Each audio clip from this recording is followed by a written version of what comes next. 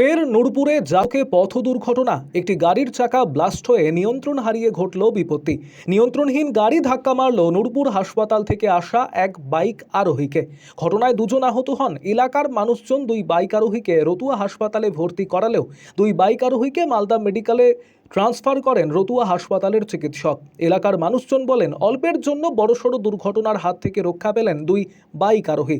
রবিবার দুর্ঘটনাটি ঘটেছে মালদার মানিকচক ব্লকের নূরপুর 10 নম্বর জাতীয় সড়কে। আরও আপডেট থাকতে আমাদের ভিডিও শেয়ার ও ফেসবুক পেজটিকে লাইক করে ফলো করে দিন।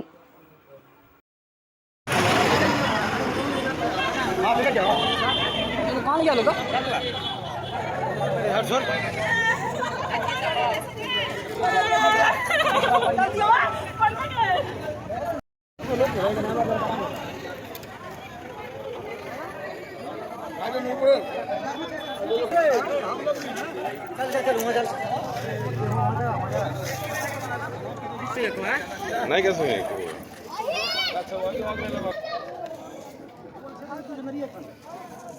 और उठेगा ठीक से नहीं बोल सकेंगे दल को लेकर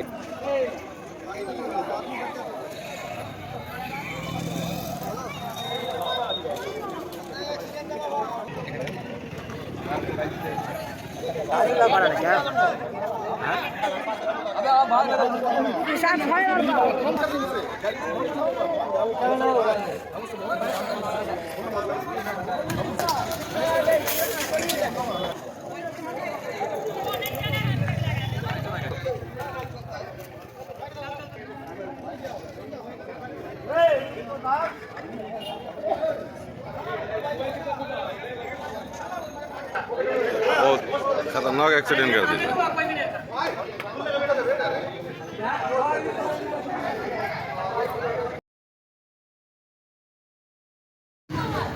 বাইক আর কারের সাথে অ্যাক্সিডেন্ট হয়েছে।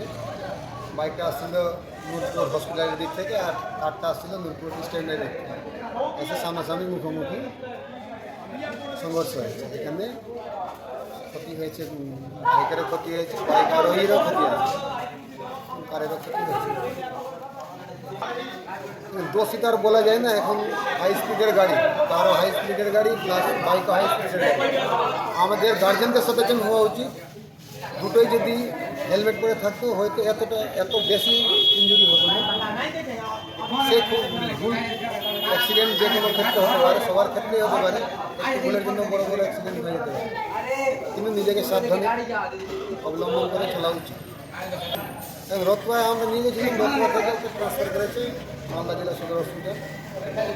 একজনের মাথাতে আঘাত আছে, চোখের সামনে আঘাত আছে, একজনের পায়ের হাড় ভেঙে গেছে। এই অবস্থা থেকে রেফার। আপনার নাম? আমার নাম নিজাম খান।